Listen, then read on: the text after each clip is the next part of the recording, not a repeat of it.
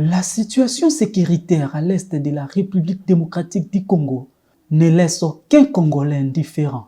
Comme tout patriote, Maître Séphoria Bakenge Bikala s'est dit être préoccupé par cette réalité qu'il qualifie de désolant. En tant que citoyen congolais, je suis très déçu par cette guerre qu'on nous impose à l'est de la République démocratique du Congo, notre pays.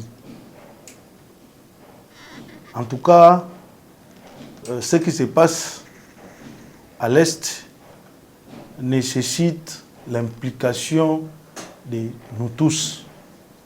Moi, je pense que nous ne pouvons pas laisser cette charge à un seul individu ou à une seule institution, au seul chef de l'État, premier citoyen. Je pense que, aux côtés de nos forces armées, nous devons tous être là. D'une manière ou d'une autre, nous pouvons contribuer. Ces citoyens congolais disent être sidérés par les comportements de la communauté internationale qu'ils qualifient de complices. Nous sommes victimes du terrorisme. Je reste dans le terme utilisé par le gouvernement. Or, le terrorisme est un fléau contre l'humanité, contre la paix internationale. Comment laisser un pays membre des Nations Unies subir le terrorisme? Soit on est complice, soit on n'est pas avec ces terroristes-là. On doit mettre fin à cet embargo. Comment maintenir un État souverain indépendant qui est sous agression?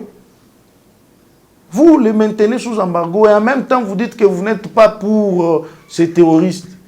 Non, c'est contradictoire. Maître Séphoria Bakenge Bikala propose cependant quelques pistes de remèdes pour mettre fin à l'instabilité dans ces coins du pays. Résoudre la question de l'Est doit passer par 3 leviers qu'il faut saisir au même moment. Nous devons être au front, donner à nos forces armées tous les moyens nécessaires pour buter l'ennemi.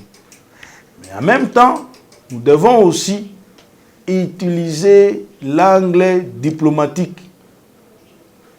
en dialoguant avec les États voisins. Nous sommes naturellement liés à coopérer avec tous ces États-là. Le 3e levier, c'est la politique interne. Tous ces groupuscules, tous ces mouvements négatifs qui opèrent chez nous trouvent une assiette. Nous avons des conflits communautaires. Il y a des conflits fonciers. Il y a des conflits, même de pouvoir, entre différents chefs coutumiers.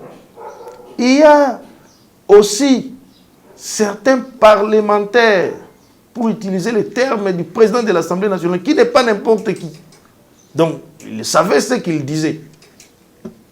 Qui sont en train de soutenir les gens là-bas. Mais c'est pour quelle cause?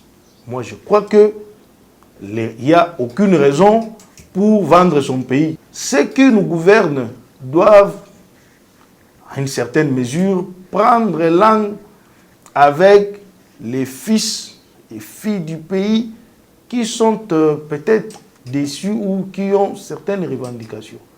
Ces patriotes disent soutenir et pousser les FARDC jusqu'à la victoire finale.